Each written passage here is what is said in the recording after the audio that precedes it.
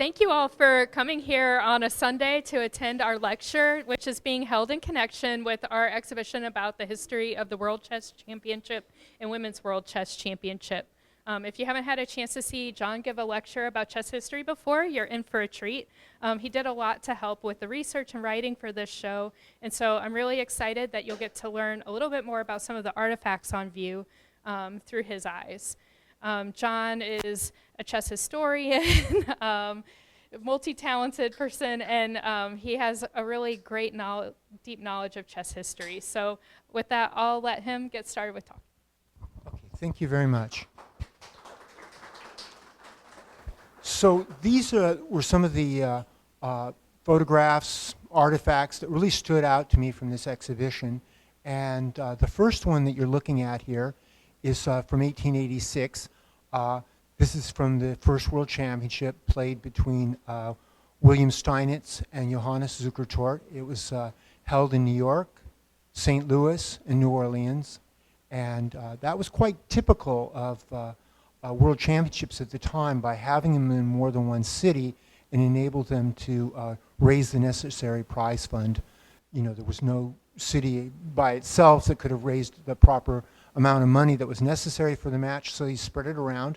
And it happened at that time that St. Louis, as it is now, was a major chess center. I mean, at that time, St. Louis was a major center in the United States. It was the fifth largest by population in the U.S., soon to be fourth when Brooklyn and New York combined.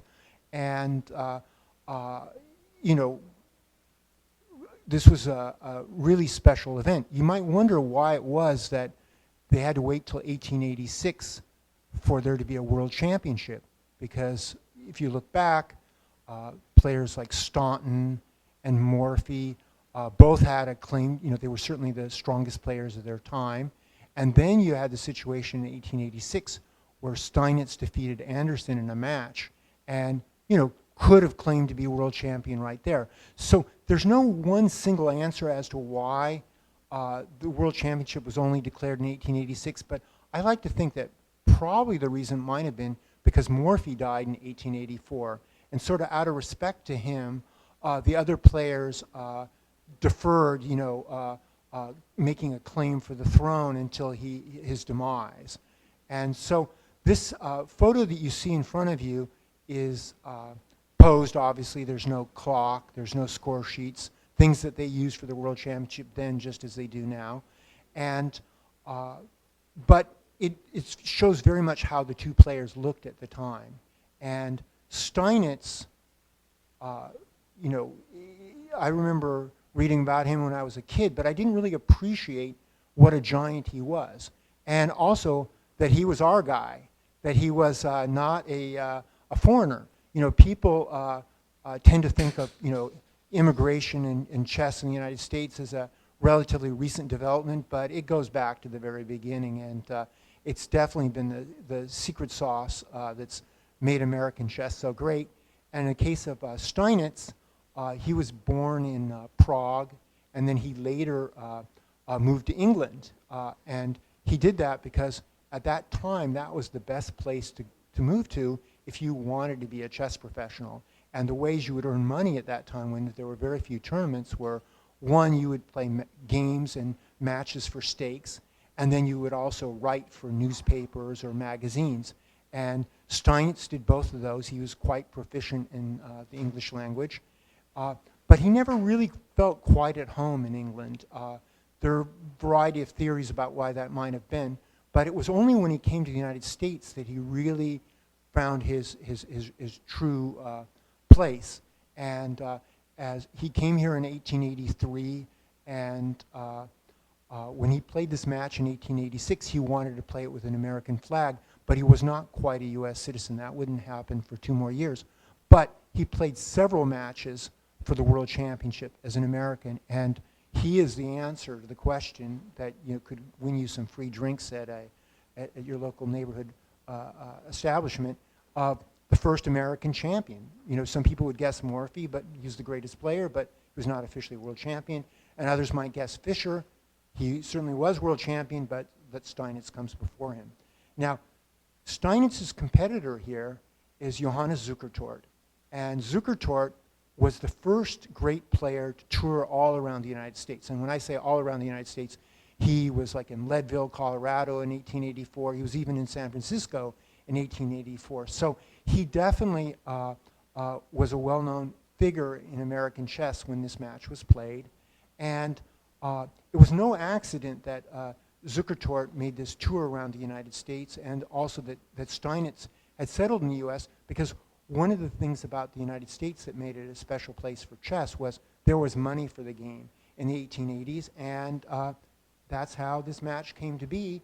And it happened that Steinitz was trailing when the match left New York, but by the time he left St. Louis, he was clearly he was in the lead, and in New Orleans he just mopped the floor with Zukertort and took the title. And Zukertort, I should say, was a very interesting figure in the chess world. He claimed to speak 14 languages. He claimed to be a medical doctor at different times, as well as a lawyer. He was also claimed to be a war hero, an expert fencer. Well, I'll cut myself short here, because what he was he's a great chess player. He's a great journalist. But all those things I just mentioned, they're actually never been proven. So he was a great promoter, but a self-promoter, I should say. And he was a great chess player. We'll just leave it at that. Okay, so now we're going to move on to the next photo. And in this photo, I actually have a personal connection, because the two players that are featured here on the left is Arthur Dake, and he's facing Alexander Elkine. And this is from Pasadena, 1932. And this was a very famous American tournament. It was held in conjunction with the Olympic Games, which were held in Los Angeles that year. And it happens that in this particular game, Dake defeated the reigning world champion. Now, the thing to consider here is, if you ever ask yourself, who is the greatest prodigy in the history of American chess? Well, I mean, Paul Morphy certainly has to be on the short list.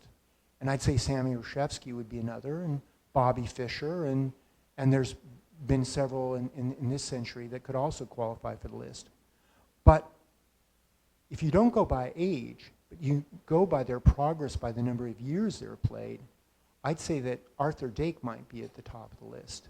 Now, I know that sounds kind of crazy, because I suspect that some of you have never even heard of this guy. But he started playing chess at the age of 17 in 1927. He defeated the world champion 5 years later. But not only that, but if you look at this photo very closely, and you look down there, you'll see that he has a cigarette in his hand. And Dake did not smoke except for when he played chess. And the reason for that is that a year earlier, he'd been playing in a tournament in New York against Capablanca. And he was black and a Slav. And he was completely winning the game. I mean, a trivial win in a bishop endgame, a position that Capablanca could have resigned. But Dake, who loved to play blitz chess, thought it would be great if he didn't just beat the world champion, but he finished off the game by playing blitz. And not a good idea. And so he ended up going from a winning position to losing the game. And as a result of that, he decided he needed to use something to slow him down. Hence, he started smoking cigarettes, and he referred to the cigarette as his, little device to just basically occupy his hand so he wouldn't blitz out moves. And that was his training method, his secret device. Well, Dake would go on to play for 3 U.S. Olympiad teams, all of which won individual gold medals. He would also have the highest percentage score, 85%, in the 1935 Chess Olympiad. But then just as soon as his career started, it would pretty much end, because on the way home from Warsaw, on the ship from Europe to the United States, he met his wife, Helen, and they got married. And Frank Marshall said, "Your chess career is now about to end," because they soon had a daughter, and chess in the 1930s was not a lucrative profession. maybe as an individual, he might be able to raise enough money to survive, but certainly he couldn't support a family. And so by 1938, Dake had completely retired from chess and had taken a position working for the Department of Motor Vehicles in Portland, Oregon. He would then spend the next 37 years making sure that all chess masters that were teenagers that thought they knew how to drive should actually think again, as he failed them on their exams the first time around, and then would force them to be a little bit more patient and attentive. But that's not the end of the story for Arthur Dake, because 37 years after he took that job, he retired, and he was 65 years old. And so, like Rip Van Winkle, he woke up and he started playing again, and he played in Lone Pine, and he defeated several grandmasters. And then he played in the Oregon Open that September, and he tied for first with Kenneth Fitzgerald and Yasser Seirawan. So Arthur, I can say, he was a very humble fellow, and he was kind of a legend in the Northwest, but just the nicest guy you could ever hope to meet. Really, really sweet guy.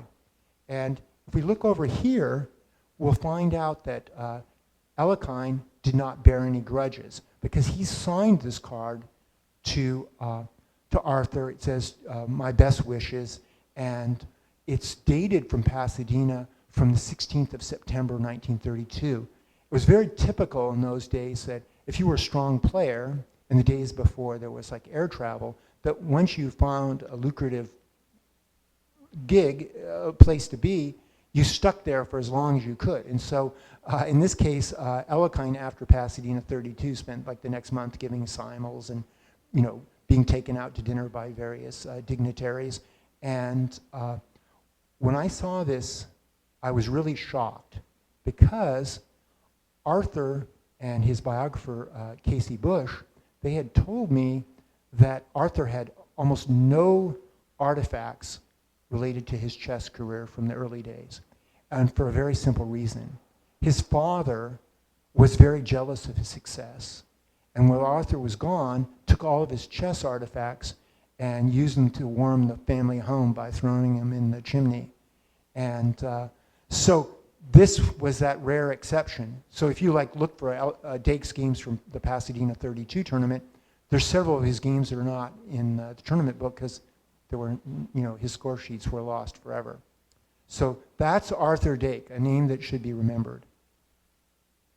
Now this next artifact is from Lasker, but it's not from Emanuel. It's from his wife, Martha, who was a talented individual in her own right.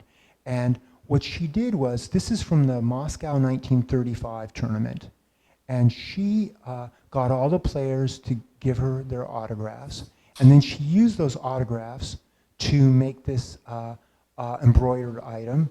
And if you look a little more closely here, you can see many of the people that have signed this. For example, there's Lasker himself here in red, and another person that stands out very clearly is Rogozin, and right above him Botvinnik. You remember Rogozin, one of his chief duties as the trainer of Botvinnik was to blow smoke in his face so that it wouldn't disturb him during their tournament games. So I think tournament players today, they have a little bit easier than these old timers. But this was a really classic tournament because, if you recall, it was won by Botvinnik and Floor tied for first. But the third place finisher was Lasker, and he was in his mid-60s when he went undefeated in this very, very strong, prestigious event. And up to that point, there had been no player that had achieved this sort of result at that age. The thought was that by the time you were in your 50s, you were on a steady decline, and certainly by the time you were in your 60s, it was all but over. But Lasker proved that not to be the case. This was his last great triumph. So here we have the photo, the tournament photo of all the participants in Moscow 1935. And this is really like, if a picture tells a story, this is a photograph that definitely tells many stories. And if you look here, In the far back left, we can see one of the tournament winners, Botvinnik. But I think it's the front row that really catches our attention. So here you've got, on this side, you've got Rudolf Spielmann, The Art of Sacrifice. You've got Salo Flor, who was such a great player in the 1930s. We'll skip the middle guy for a moment. We've got Lasker, we've got Vera Menchik, we've got Capablanca, and we've got Fyodor Bohdarchuk. More to say about him soon.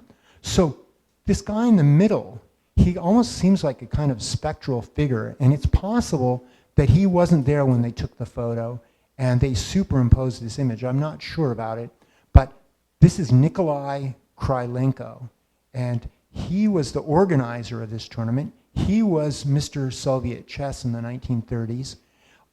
He was a communist commie, if you will, and Krylenko,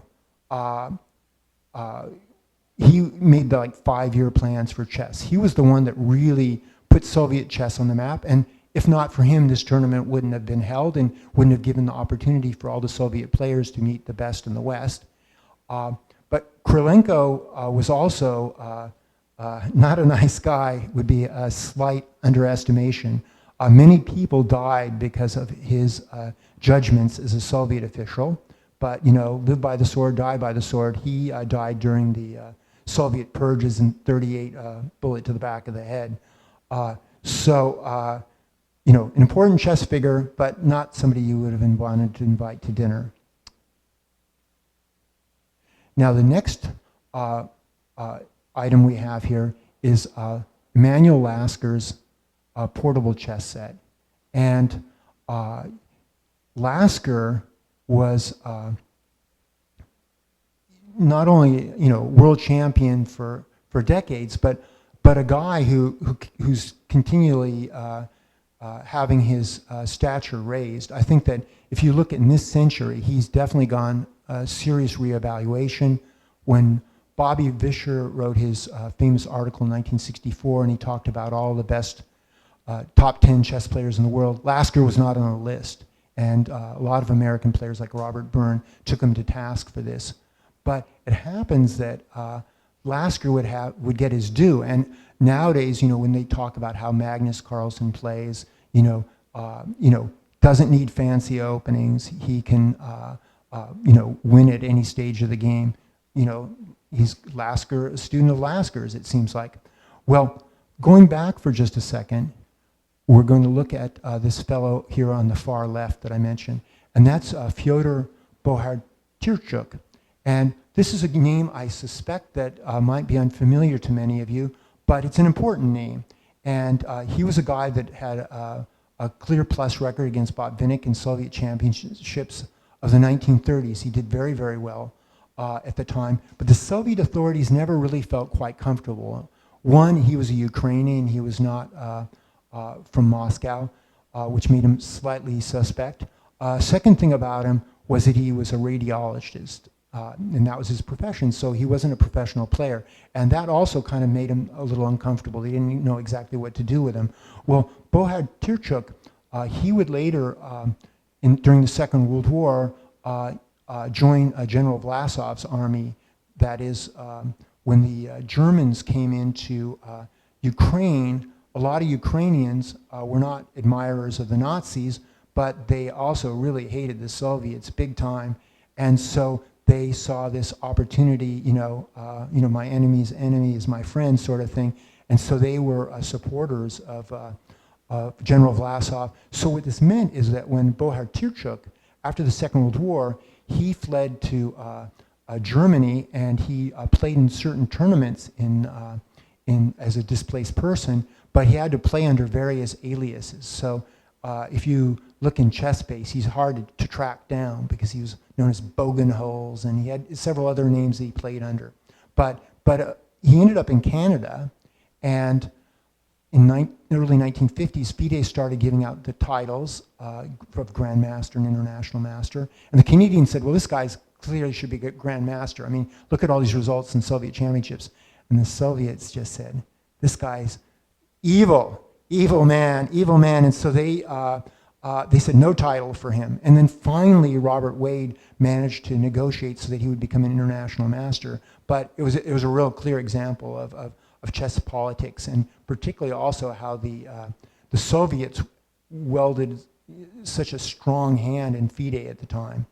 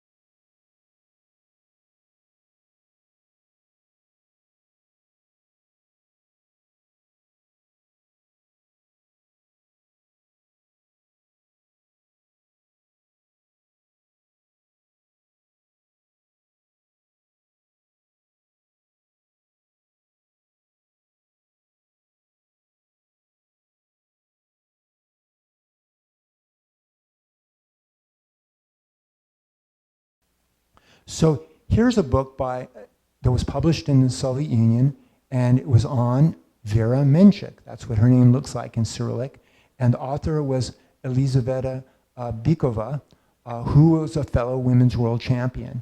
In fact, she was the first women's world champion after Menchik's death. Menchik died in German Blitz in England, along with her sister and her mother, I believe in 1944.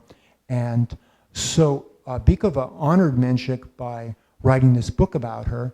And the three Soviet women of the 1950s, Bykova, Rubitsova, and Rudenko was the third. Those three, they were all fine players, but they were not nearly as strong as Vera Menchik. So here we have Max Erva, who was a world champion, sometimes considered to be the weakest world champion of all time, but that's kind of relative. I mean, if you're world champion, you're world champion. And if you beat Alekhine in a match, that sort of speaks for itself. And one of the things that was interesting about Erva that I did not know until recently was that he was also a student of Geza Marazzi's. There's a recent book that was published by a Hungarian, by Russell Enterprises. And, you know, before this book, I think I knew Marazzi was, you know, the Marazzi bind, and he played great queen end games, and that was about it. But this book was quite, offered a lot of revelations for me that I hadn't been aware of previously. And one of them was that Marazzi, in the early 1920s, left Hungary and he traveled first to the Netherlands and then later to England and later to the US. And in all those countries, he worked as a trainer. And he played a match with Irva around 1920, 21, and then he worked with him as a trainer for a period of time. And that relationship continued so that by 1935, he was part of Irva's team when he played the match for the World Championship. And I mentioned previously that Marazzi was also the trainer for Vera Minchuk. Well, he also was hired by the Manhattan Chess Club around 1927 for like a year and a half. And he worked as a trainer, and amongst the people he assisted were young Isaac Cashton and a young Hermann Steiner and a young Mary Bain. So I think in some ways we could say that Marazzi was like the first great chess trainer, if you will. And if you're wondering, well, like why he was wandering around, he was already in his 50s by that point. The explanation's kind of revealed by a quote that he gave near the end of his life. And Marazzi was born during the time of the Austro-Hungarian Empire. And he said, "Every day I live on this earth, it gets worse." And you think this guy's pretty depressing, you know? I mean, how could every single day be worse? But then you start to think about Hungarian history, and he was a member of the, elite class during the Austro-Hungarian Empire.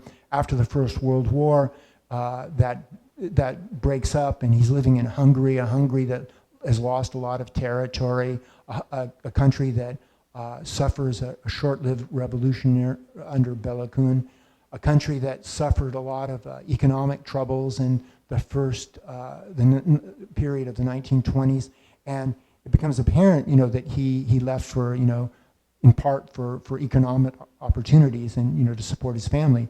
The other thing I didn't realize that I learned from reading this book about Marazzi was that he was playing top board for Hungary in the chess Olympiads in the mid-1930s, and he was in his mid-60s. So I always sort of thought Lasker as being unique, and certainly Lasker was stronger than him. But it was interesting because those two players in 1906 were ranked 1 and 2 in the world, and there was talk of them playing a world championship match. It never came to be, but they both clearly kept their chess strength up for a long period of time. And here we have another artifact from that 1935 World Championship match. And, Irva, he wasn't just a great player, but he was a great person, and he went on to have a huge impact on not only Dutch chess, but chess around the world. He was a very good FIDE president, and he was very fair and impartial.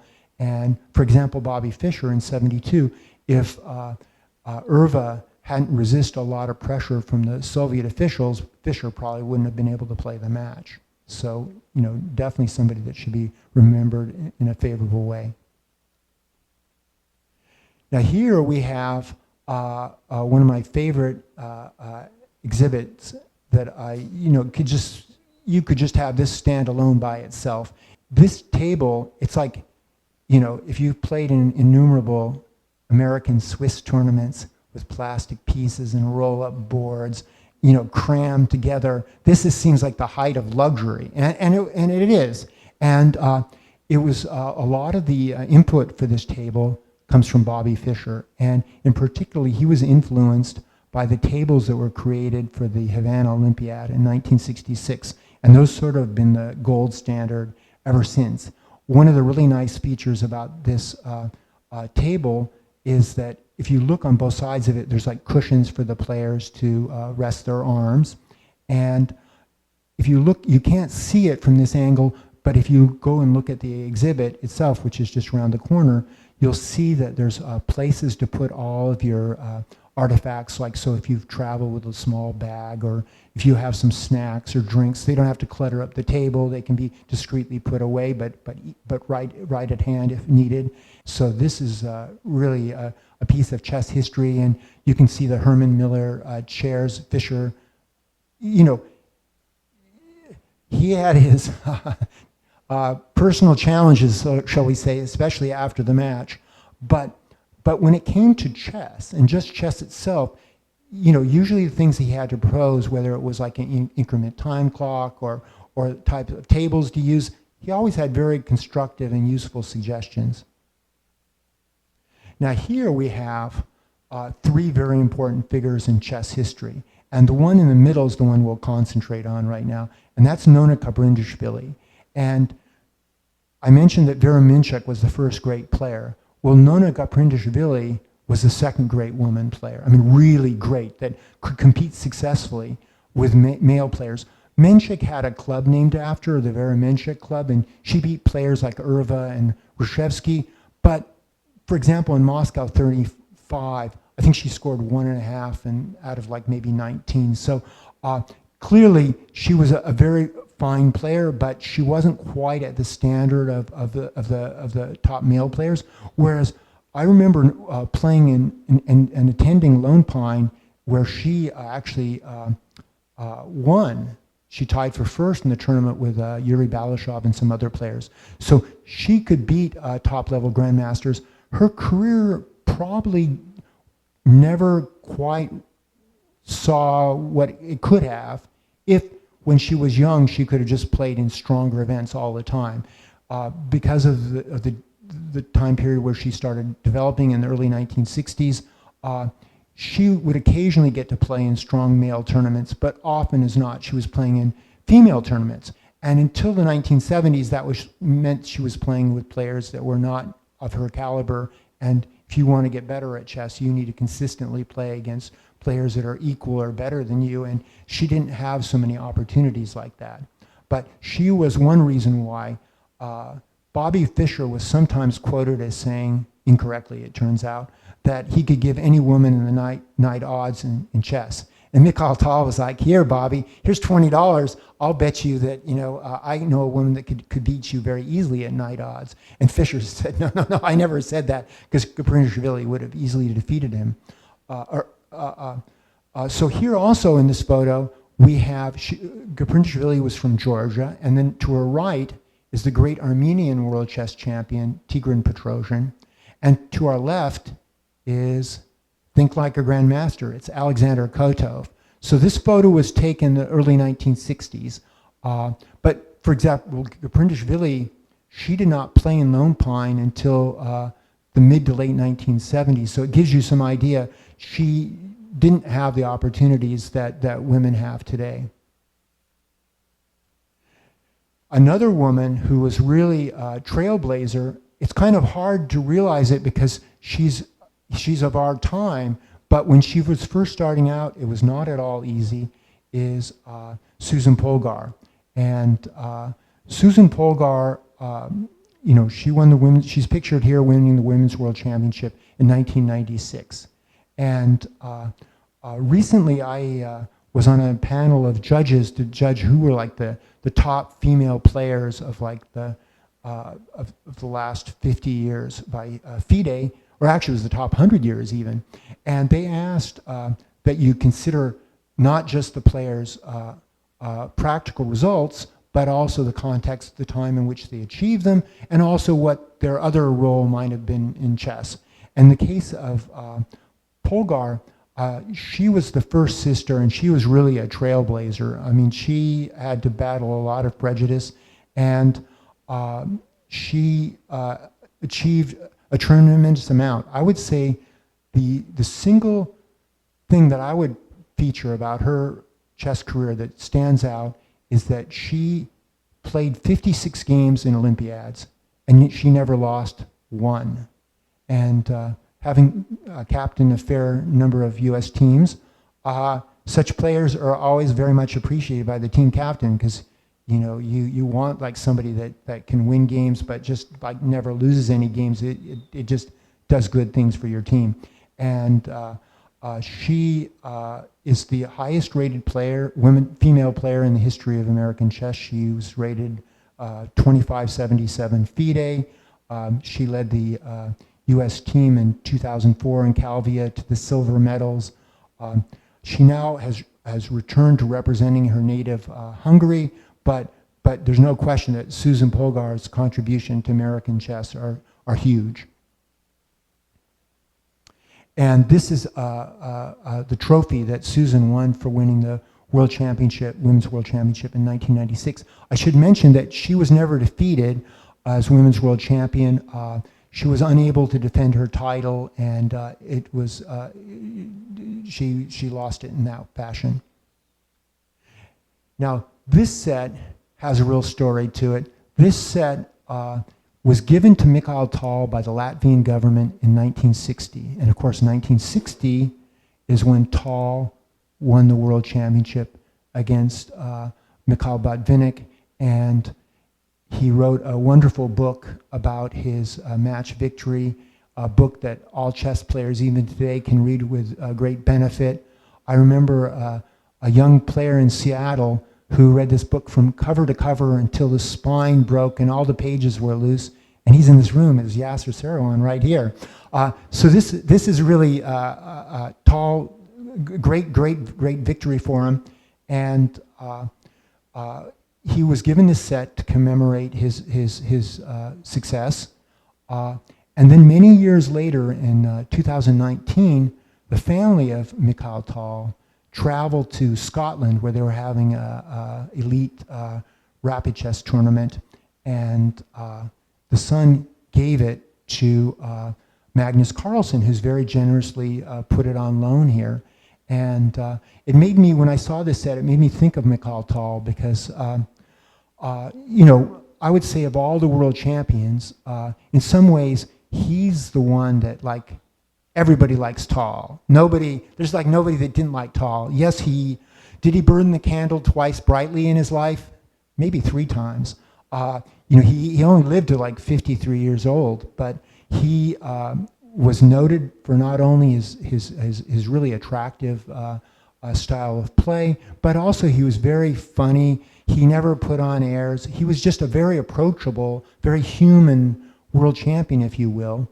And Tal didn't have a chance to visit the United States for much of his career, but in the last years of his life, he made up for that. And he played in the National Open in Chicago, and he played in the Software Toolworks Open in Long Beach, and he gave a variety of simul's, one of them at LeBates Chess Studio, and that was very, very, very well received. And the thing I remember about Tal, though, was one of his very last tournaments of his life was played in San Francisco and was hosted by the Mechanics Institute Chess Club. It was called the Pan Pacific. And it was a tournament Susan Polgar even played in. It was a very, very strong tournament, top to bottom. And another person that's in the room here is Grandmaster Joel Benjamin. He played in that tournament. Well, at the end of the event, there was one of the sponsors of the tournament. His name was Hans Baruch, and he held a party for all the participants in the Berkeley Hills. And I got there early, and I remember one of the first things he told all the young American grandmasters, Joel excluded, I think, in this case. It was mostly a couple others whose names we won't mention. He said, there's 2 bottles of scotch that we're going to have on offer this evening. And this one bottle, this one brand, you guys are welcome to drink as much scotch as you want, But this other bottle, that's Tal's bottle. Only Tal can drink from this bottle. This is the good stuff.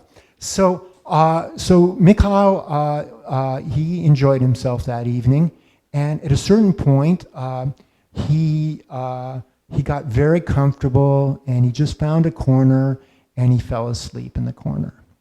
And I think this was probably not the first time this had happened to Tal, and everyone was very respectful of it. And then at a certain point, the Baruches had a very large German shepherd by the name of Matu. And Matu wandered over, and he saw, hey, there's somebody that's like my height. And he gave Tal a big kiss right on his face.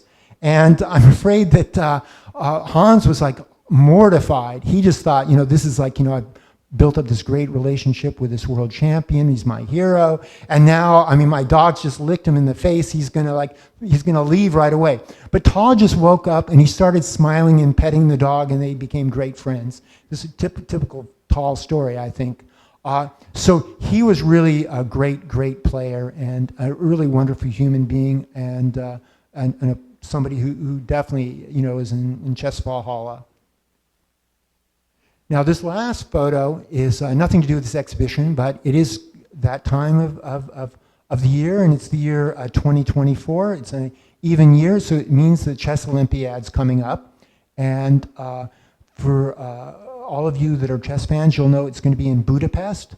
It'll mark 100 years of chess Olympiads, 100 years of FIDE, and the United States will be sending a team, and two of the people in this photo will be part of the US delegation. It will not be the #1 streamer in the world, though. Hikaru is going to be streaming.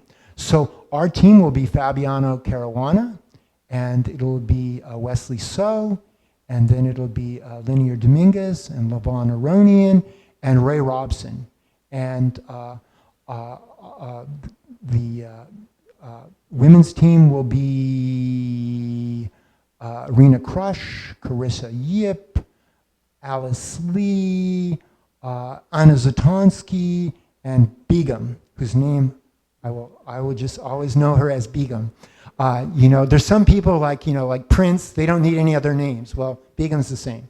So both of our teams will have a captain and a coach. And in this picture, which was taken during the Turin Olympiad in 2006, I was the captain for the U.S. team, and I'll be the captain again. And down below, one of the players, Alex Onyshik, he'll be the coach for the U.S. women's team. And it's funny how times change. If you look, the four of us are all wearing orange ties. Now, orange, 2006, what could it be? Well, we were supporting Ukraine. Alex Onyshik got us orange ties, not usually the color I choose for my own personal ties. But in the case of Alex, he wanted us to be right out there, and we were happy to wear them. But gosh, a lot can change, in 18 years. And over on the far right, reading the newspaper, which was a chess newspaper, that gives you an idea how old this photo is, because they don't produce bulletins, they haven't for quite some time. That's Ildar Ibragimov, who was a member of our team that won the bronze medals. And of course, the other two individuals on the far left is Gada Komsky, who played wonderfully for American chess for many, many years. And then on the right, you have Hikaru, rated #2 in the world right now, just playing brilliantly, and also, increasing the popularity of chess, literally by second with all of his streaming. I should mention one thing about Gada Komsky, because, sometimes chess is about timing. And Gada played, first he played a match for the World Championship in 1997. And I'd like to tell you that match was played in New York City. It wasn't. It was played in Middle East and Russia. And the second match, he played for the right to play for the World Championship. Now, he played a match with Topalov. Normally, if you won the World Cup, you got to play a match with the world champion. But, he didn't have a big super support behind him. And so he got kind of outmaneuvered, if you will, through no fault of his own. And so he ended up having to play a match with Topalov for a right to play for the World Championship. And that match, of course, was played in New York. Well, actually not. It was played in Sofia, Bulgaria. So I can only imagine, if Gada could have played one of these two matches, like, say, in St. Louis, the history might have been different. But he was very, it was just, sometimes times are different. And he didn't, his best days were not when the Sinkfields and the St. Louis chess community were established yet. But God is still playing great, and he played very well for many years for American teams. So, that's my little talk. Do you have any questions? Yes, Joel. I have one question. Could you have been the captain of the Irish women's team? Oh, no, I would not. No, the captain of the Irish men's team. Yeah. Okay. My wife was... Well, yes, Ken. That's a very good question. He died just a few years after this, and the way that he got the right to play this match, because remember, there was no governing body for chess in 1886, and there wouldn't be until 1924. So it was kind of like the popular press of the time, and there were chess columns in all the newspapers and chess magazines, and also who would the rich guys that were backing chess, who would they sponsor? And so it happened that there was a tournament in London in 1883, and there could be like, in those days, there were not tournaments like every week. There were like tournaments like a couple of big ones every decade if you're lucky. And London 1883 was a huge tournament, was won by Zukertort, second was Steinitz. And Zukertort got off to a brilliant start, and he built up such a big lead that he could afford to lose his last several games. And he said at the end of that tournament, he was just like completely wiped out. And so again, when he played in 1886, he came out of New York with a 3-game lead. He lost a whole bunch of games here in St. Louis and was trailing by a game, and then he collapsed in New Orleans. So he died just a few years after that. So he was not in the best of health, and he died in his mid 40s, I would say, approximately, which would be extremely young by today's standards. Looking back at that time, it's a little more complicated because, you know, the average lifespan was significantly lower, although obviously if you got out of childhood, you know, that your odds were going to increase greatly that you were going to be around for a while. The thing with Zukertort is he definitely self-medicated with, shall we say, medications, in quotation marks, that would not be permissible today. Laws were different then, and so he used some things that I don't know exactly how they would help you as a chess player, but I'll leave you to look those up, this being a family talk. Seriously, I've had the honor of captaining U.S. teams off and on since 1986, and it's been the most wonderful experience. In some ways, it was also very educational. Like, very early on, I learned that I was not going to be not only a world champion, I wasn't going to be playing on an Olympiad team, because being around these guys, it became very clear that, you know, a man's got to know his limitations, and I had definite serious limitations compared to these guys. But I will tell you a funny story. The first time I got to be captain for the U.S. team was in 1986. And I was in Estes Park, Colorado, where they were hosting the U.S. Championship at the Stanley Hotel. And one evening, I was invited by Yasser Seirawan and Lubos Kovalik to have dinner with them. And so we were sitting down and we were eating, and Lubos was like, "Well, John, what are your plans this fall?" And I said, "Well, I don't really have anything, you know, written in stone." He said, "Well, that's good." He said, "Do you have any reservations about traveling to the Middle East?" And I said, "Not really. I'm open-minded to that." And then all of a sudden, for a certain moment, he looked at me, and you have to realize that in 1986, the Chess Olympiad was in Dubai. And originally, the Israeli Chess Federation, through the auspices of Israel Gelfer, who was a FIDE official, he said, "There's like no problem. Israel will get like we'll get travel permission to go to Dubai. There's like no issues. Everyone should approve this bid." Well, it turned out that he wasn't speaking for the Israeli Chess Federation. He was speaking for himself. And it became very apparent later on when the Israeli team couldn't get visas. So at this point, it was a very difficult situation because, a number of American players had, they had serious qualms about going to play in this event. And in fact, they ultimately decided not to play. And so it was unclear at that point who the American team would actually be. So at a certain point, I was kind of like wondering, like, what is Lubos asking me about? And I thought, oh no, I was rated at that time like numbers 27 in the US. And Lubos looked at me and he said, "No, don't worry, that's not what I'm going to ask about. You won't have to play, we're not that desperate." So instead I was selected to be the captain, and over the last, close to 40 years or so, I haven't always been the captain, but I have been on many occasions, and this Olympiad will mark the 15th time 17 if you count the 2 online Olympiads. We've had a variety of different teams. And so to answer your question, it started off, there were 4 players playing on the team at one time, and that's still the case, but we had 2 reserve players initially. Now we only have 1. So that changes it a little bit, because with 2 reserve players, you had the luxury, like if somebody lost a game or somebody was sick, chances are they would just rest. Or they, even if going back to the distant ages of time, they had an adjourned game, you wouldn't have to worry about playing them. And for example, I remember in Saloniki in 1990, we had one player in this room who will not be named, who had a game that went like several hundred moves, and basically they couldn't play for like, in the starting lineup for like, was it a week? No, it wasn't that long. It was a couple days.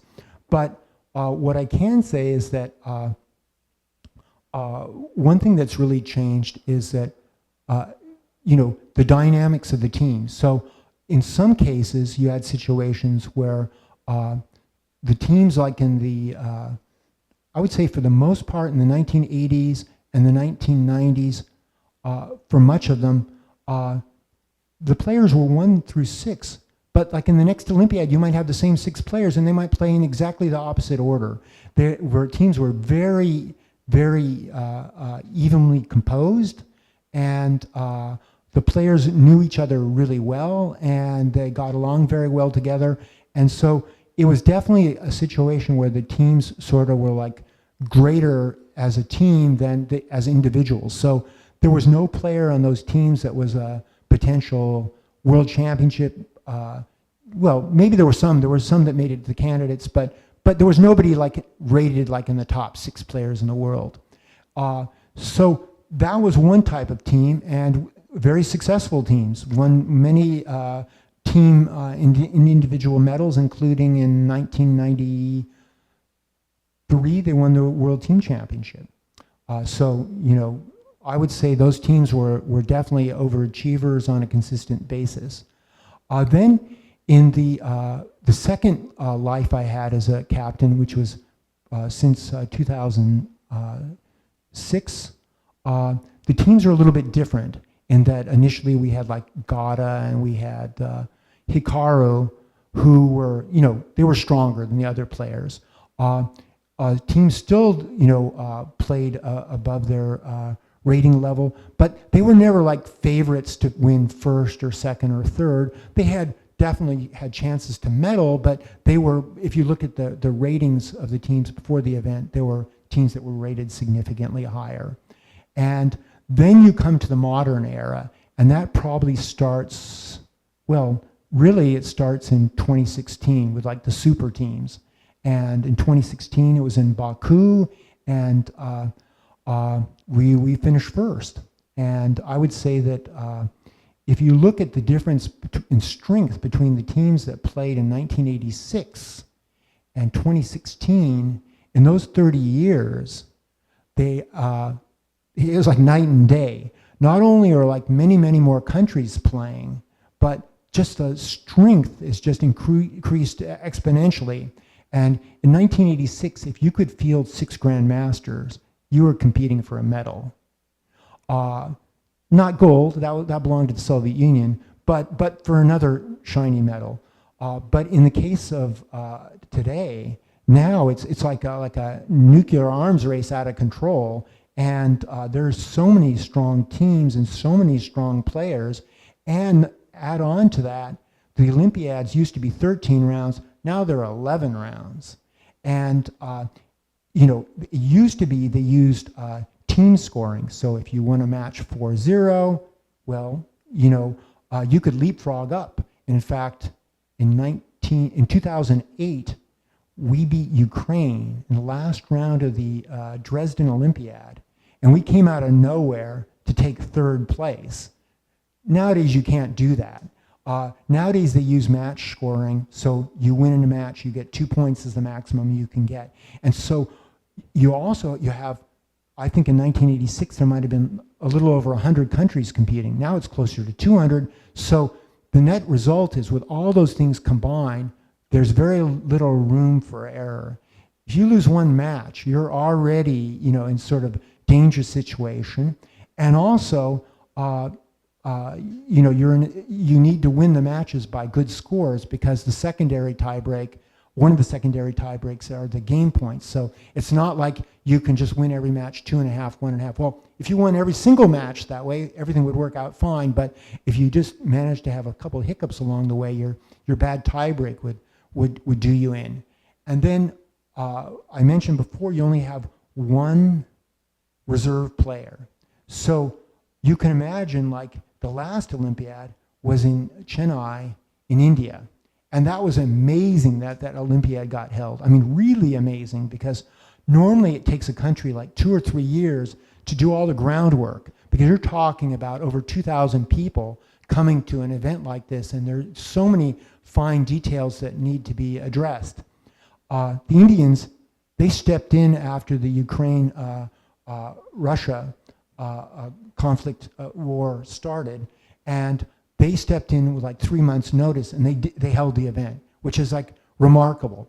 The only other time I'm aware of something like that being done was Moscow, 1994, and Amsterdam, 1954, where the previous host, it fell through. And in the case of Moscow, 1994, that was, it wasn't, comparing that to Chennai, the organizational levels were on a different scale altogether. Chennai was very, very, very nicely organized, and did great credit to Indian chess. But it also was at a time, when COVID was much more prevalent, and it definitely was a time also just, a lot of people traveling to a tropical climate, and 20-hour plane journeys. They were maybe not at their best, if you will. And so there were a lot of walking wounded in that Olympiad.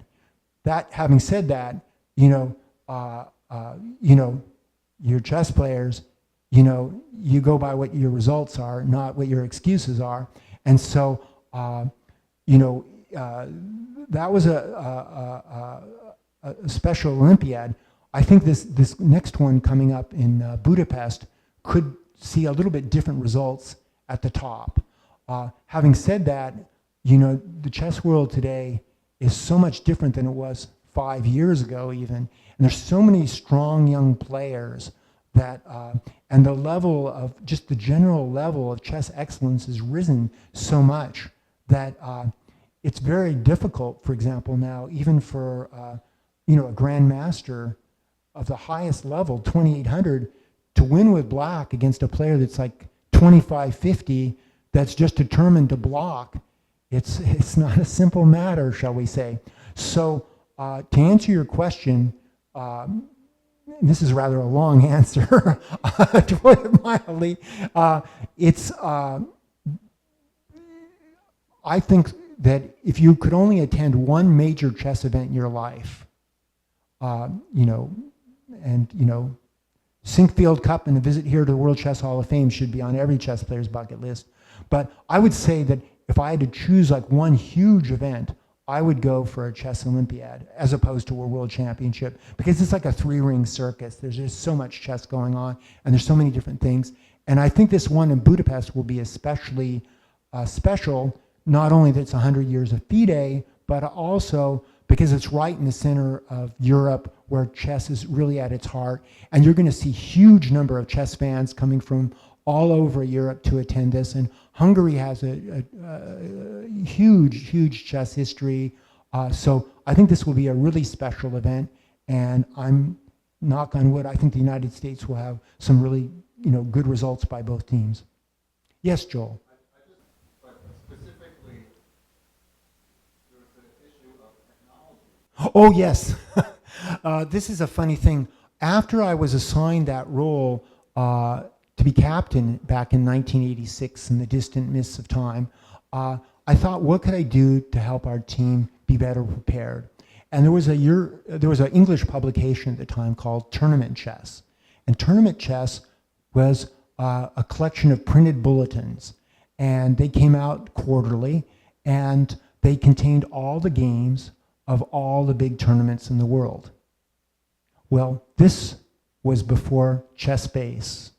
This was before any electronic assistance whatsoever. And so what I did is, Frank Normale, who hosted the US Championship, I explained my situation that I needed to get a photocopier and I needed to do a little copying. I didn't mention that I'd be sitting on his machine for the better part of about 12 hours. And so I photographed all, Xeroxed all the pages of every of these books twice, because I needed to have the games for the players for white and for black. And then it was like I had to get into my hobbycraft mode and then paste all these game scores down. And then I needed, then it was a time to bring them to the Olympiad. And I remember, I wish I'd saved some of these bulletins, because some of them, you would see this bulletin and I could say, yeah, that's Larry's mustard stain, on that bulletin, or that's Fed's ketchup stain on this one, because these guys, they were very grateful, because in those days, failing short of just bringing 50 pounds of books with you, there was no other choice. Now, fortunately, that for the peace of the world, for the ecology of the planet, I didn't have to sit in front of that photocopy machine, after the early 1990s, because ChessBase got well established. Yes. Yeah, well, it was a smaller chess world in those days, so it was more manageable. Nowadays, I'm thankful I don't have to do that, because it would just be too crazy. I mean, I think if you look at the last Olympiad, everybody makes a big deal about the fact Uzbekistan won the Olympiad, and they should, because they played brilliantly. And you look at the results of Armenia; they were super overachievers. You look at the Indian teams; they played fantastic. But to my mind, the great overachievers of that Olympiad were Moldova, who finished like in the top 10, and they didn't have any player rated like, maybe they had one guy over 2,500, but they did fantastic. So, I could imagine that I would not have had any of those guys' games on my radar before the event. So, yes. Any other questions? Yes, Doug.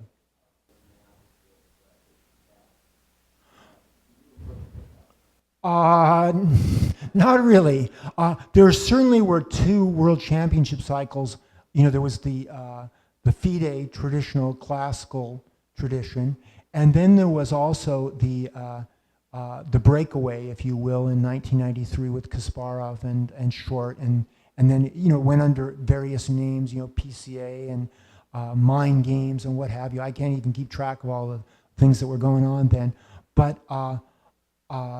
I wouldn't put Fischer-Spassky 1992 in that category. Having said that, a lot of people have looked at that match and thought, well, Fischer shouldn't have played that match. That match really takes away from his greatness. But there's a couple things that one should keep in mind about that match. One is that the two players were guinea pigs, that previous to that, there had never been an increment time control used at such a high level. And if you look at that match, they were really sort of just guessing. Bobby was right, the increment time control was an interesting idea. He was wrong in his implementation of it. And the problem was that he added too much extra time at the end of like 40 moves and 60 moves. And the result was that I think that if there was a single game that like people really were down on Fischer, it was that queen end game he didn't win 2 pawns up. That game went over 8.5 hours. Now, to put that in perspective, in the old times, like when Bob Vinnick was world champion, it was 5 hours, 40 moves, and maybe it was 50 moves in 2.5 hours, and they adjourned. I mean, there are very many other variations of that were used even when Kasparov was world champion. But what I can tell you is they never played more than 5 hours in a single session. There could be occasions where maybe a guy might have played an adjournment in the morning and then come back later on in the day and played a 5-hour session. But none of those guys ever played like 8 hours in a row.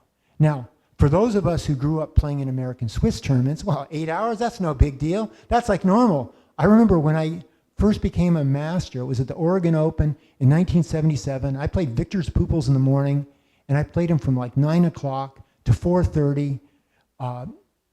The game finished. I had a half an hour break, and then the next game I played against Dennis Waterman, and I played him till 2:30 in the morning. Okay, so, and I remember also playing in another tournament in Reno where I played Matt Bealby and I played Jim McCormick. And I remember like playing Jim McCormick, a legendary figure of Northwest chess, Dirty Jim, and our game like went until like 3 or 4 in the morning, and all I can say is that 5 hours, it's a good amount of time to play a single game. And so in the case of, in this situation with Fischer, I think that sometimes you have to take a step back and you have to look at the quality of those games and realize the role that time control played. And yes, Fischer was not as strong as Garry Kasparov at that time, but he was also close to 50 years old, and he hadn't played a series match in 20 years. So what I do think is that Fischer was definitely like in the top half dozen players in the world at the time, which would be, a great accomplishment for that time period. And who knows, if he kept, working on his chess and gotten better physical condition, maybe he could have gone up some. But his time to play Kasparov was not in 1992. It was like, a decade earlier, thereabouts. Right. I remember reading those articles in Chess Life in like around 74, 75, and I remember the mathematical analysis by Charles Calmy where he said that this was a reasonable thing to ask for. But what I would say, though, is it was a very good thing when FIDE, when Alekhine died on the throne, and FIDE stepped in to organize the World Championship, and they standardized the rules, and the champion couldn't handpick his challenger, and there was a predictable schedule. It's not always been perfect. There have been times when they fudged around with the rules since then, but in general, you need to have an outside body organizing this. So I would say in Bobby's case, I mean, he's a brilliant chess player, but I would say, and he did many wonderful things for chess, but in particular this match, I don't see it as a world championship match. That's just my personal opinion. Have I gone over, Emily? Yeah, we're over, but I wanted to say thank you to everyone for attending today. And John will be around after the talk if you want to chat and have any other questions. You can go on our website to look at some of our other upcoming programming, like our music series. And thank you again, John. Okay, and check out the exhibit. There's many real treasures on display here.